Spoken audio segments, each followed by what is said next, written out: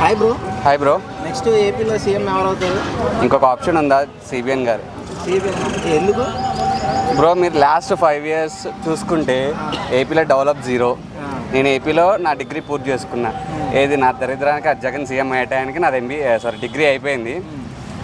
తను ఎంసెట్ ఉంటుంది, సెట్ అది అయిపోయాక ఎంబీఏ ఎంట్రన్స్ అయిపోయినాయి మావి. సో అక్కడ మాకు సీట్స్ దొరకక, అది నోటిఫికేషన్ సరిగ్గా ఇవ్వక, ఎంట్రీ అనేది మా కాలేజ్ సీట్స్ అక్కడ దొరకక నేను హైదరాబాద్ రావడం జరిగింది చదువుకోవడానికి. ఇక్కడ ఎంబీఏ ఇక్కడ అయిపోయింది. సో నాకు జాబ్ హైదరాబాద్ వచ్చింది. ఇప్పుడు ఎంబీఏ మా ఫ్రెండ్ది ఒకది అక్కడ కంప్లీట్ అయిపోయింది. ఎంబీఏ మా ఫ్రెండ్స్ చాలామందివి, వాళ్ళకి అన్ఎంప్లాయిడ్గా ఇప్పుడు మళ్ళీ వాళ్ళు హైదరాబాద్ రావడానికి ట్రై చేస్తున్నారు. ఇక్కడికి వచ్చి మళ్ళీ కోచింగ్లు తీసుకోవాలి వాళ్ళు. జాబ్స్ ఇప్పుడు దొరకాలన్నా కానీ చాలా కష్టం. ఇప్పుడు మీరు లూలు మాల్ చూసుకున్నా కానీ, యాక్చువల్ లూలు మాల్ అనేది మన వైజాగ్లో రావాల్సిన పెద్ద ఇండస్ట్రీలు అది. లూలు మాల్ అనేది ఇతను జగన్ చేసిన కొన్ని రాజకీయాల వల్ల అది హైదరాబాద్ రావాల్సి వచ్చింది. అమర్ రాజా బ్యాటరీస్ కూడా అంతే. అక్కడ నుంచి ఇప్పుడు అక్కడ ఎన్విరాన్మెంట్ ప్రాబ్లం అయితే ఇప్పుడు హైదరాబాద్లో కూడా ఎన్విరాన్మెంట్ ప్రాబ్లం అనేది రావాలి కదా. వాళ్ళు రేస్ చేసిన పాయింట్ ఎన్విరాన్మెంటల్ ప్రాబ్లం. ఇప్పుడు అదే ఎన్విరాన్మెంట్ ప్రాబ్లం హైదరాబాద్లో ప్రాబ్లం ఎందుకు కావట్లేదు? సో ఇక్కడే మనకి చాలా తెలుస్తుంది. డెవలప్మెంట్ రావాలంటే బాబు గారే ఉండాలి. అది అండ్ టీడీపీ జనసేన పొత్తుతో వస్తుంది కదా, మరి వాళ్ళిద్దరి మీద మీ అభిప్రాయం? బ్రో, టీడీపీ జనసేన పొత్తు అనేది ఇది మన పవన్ కళ్యాణ్ గారు అనేది పవన్ కళ్యాణ్ గారు ఎప్పుడైతే సిబిఎన్ గారి అక్రమ అరెస్ట్ జరిగిందో అప్పటి నుంచి అరే ఇంత పెద్ద మంచి ఆయన, ఒక 40 years ఇండస్ట్రీ, 40 years పాలిటిక్స్లో ఉన్న అతనికి ఇంత అన్యాయం జరిగితే ఒక కామన్ మ్యాన్ ఇంకా ఎంత ఇబ్బంది పెడతారు. సో నేను ఒక్కరిని సింగిల్గా లాస్ట్ ఇయర్ చేసిన తప్పు నేను ఇప్పుడు చేయకూడదని పవన్ కళ్యాణ్ గారు పొత్తులో రావడం జరిగిందని నేను అనుకుంటున్నాను యాజ్ ఎ కామన్ పబ్లిక్గా.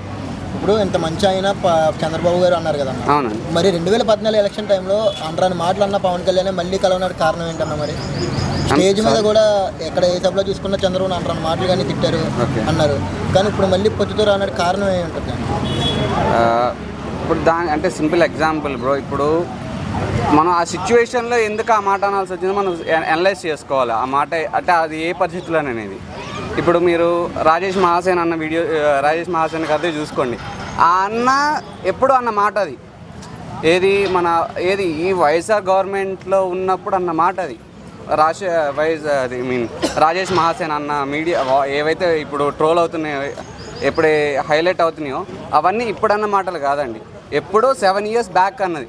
సో ఎప్పుడైతే అరే నేను అన్నమాట తప్పు అని తెలుసుకున్నారో ఏమైనా క్షమాపణ చెప్పారు. క్షమాపణ చెప్పినా కానీ ఆయన వదలట్లేదు. ఒక కామన్ మ్యాన్ ఎమ్మెల్యేగా కంటెస్టేట్ చేసినందుకు ఇట్లా ట్రోల్ చేస్తున్నారు.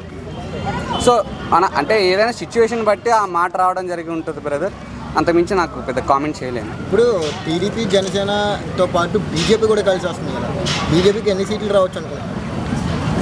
అంటే బీజేపీ అనేది నాకు అంత క్లారిటీ లేదు. జేఎస్పీ అని టీడీపీ అంటే నాకు కొంచెం క్లారిటీ ఉంది బ్రదర్. అది పొత్తులు అనేది నాకు, ఎందుకంటే ఇది మా అఫీషియల్గా మనకి ఎక్కడ పేపర్ స్టేట్మెంట్ కానీ బాబు గారు కానీ పవన్ కళ్యాణ్ అన్న కానీ ఎప్పుడు అంటే అటు బీజేపీ పెద్దలు కానీ ఇటు పార్టీ పెద్దలు ఎప్పుడు చెప్పలేదు అంటే బీజేపీ కూడా పొత్తులో వస్తుందని.